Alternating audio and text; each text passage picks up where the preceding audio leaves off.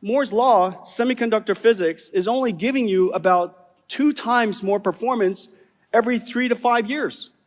How could we achieve 30, 40 times more performance in just 1 generation? This is the new GeForce. It is 2 tons, 2.5 tons, 1.2 million parts, about $3 million.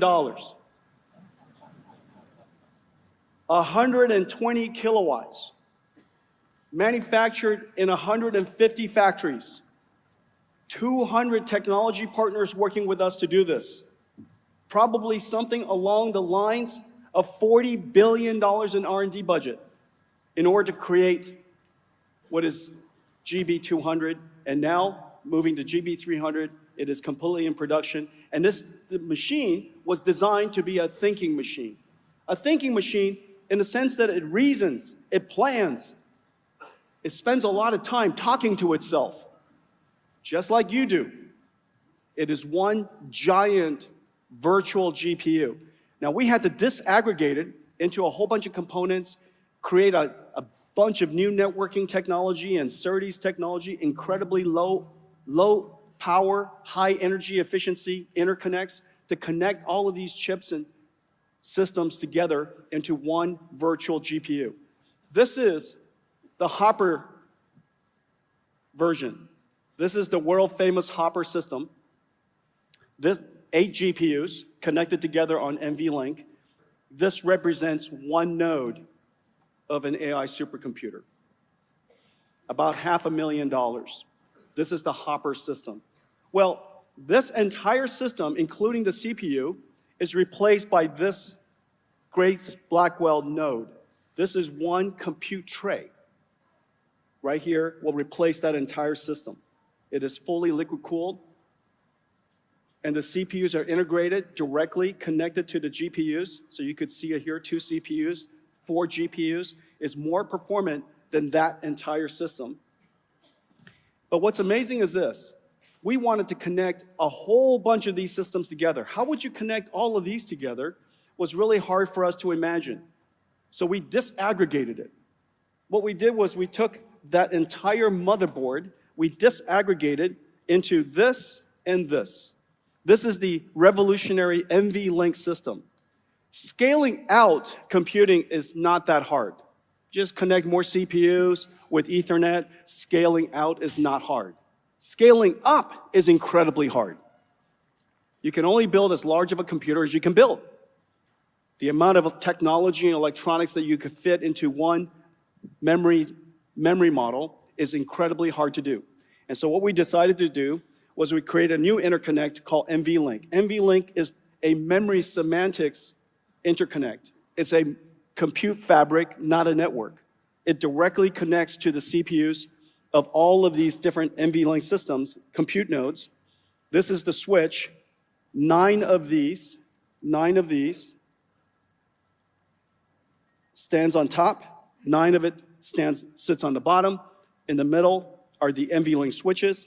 And what connects it together is this miracle.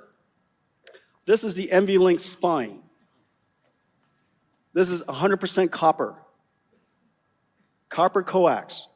It directly connects all of the NVLINK chips to all of the GPUs, directly connected over this entire spine, so that every single 144 Blackwell dies, or in 72 different packages, are talking to each other at the same time without blocking, all across this NVLINK spine. The bandwidth of this is about 130 terabytes per second. 132, I know. No, wait for it. 130 terabytes per second. If it's in bits, 130 terabytes per second. It is more than the data rate of the peak traffic of the world's entire internet traffic on this backplane. And yeah. So this is how you shrink the internet into 60 pounds. NVLINK. And so we did all that because the way a computer is considered, the way you think about computers is going to be fundamentally different in the future, and I'll spend more time on this. but it was designed to give Blackwell a giant leap above Hopper. And we needed 30, 40 times more performance because the reasoning models are talking to themselves. Instead of one-shot ChatGPT, it's now a reasoning model, and it generates a ton more tokens when you're thinking to yourself. You're breaking the problem down step by step, you're reasoning, you're trying a whole bunch of different paths. And so those thinking models, reasoning models, achieved incredible performance, but it requires a lot more computational capability.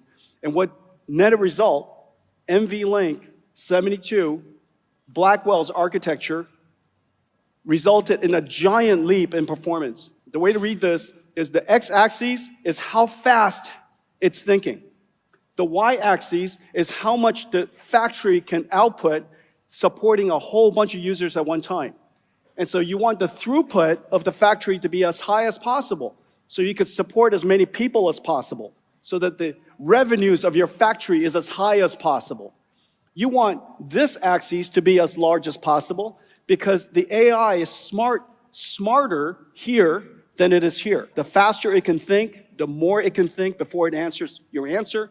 And so this has to do with the ASP of the average selling price of the tokens, and this has to do with the throughput of the factories.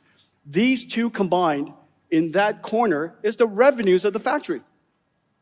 This factory, based on Blackwell, can generate a ton more revenues as a result of the architecture. But the supply chain that came together to build these GB200 systems, 2 tons each, we're producing them now 1,000 systems a week. No one has ever produced, mass-produced supercomputers at this scale before. Each one of these racks is essentially an entire supercomputer. Only in 2018, the largest Volta system, the Sierra supercomputer in 2018, is less performant than one of these racks. And that system was 10 megawatts. This is 100 kilowatts. So the difference generationally between 2018 and now, we've really taken supercomputing, AI supercomputing to a whole new level, and we're now producing these machinery at enormous scales. And this is just the beginning. In fact, what you've seen is just one system, Grace Blackwell.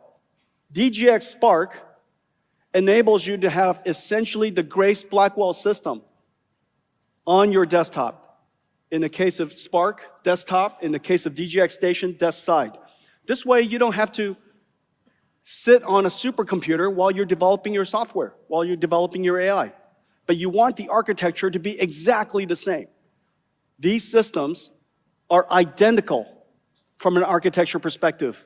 From a software developer's perspective, it looks exactly the same. Look at this.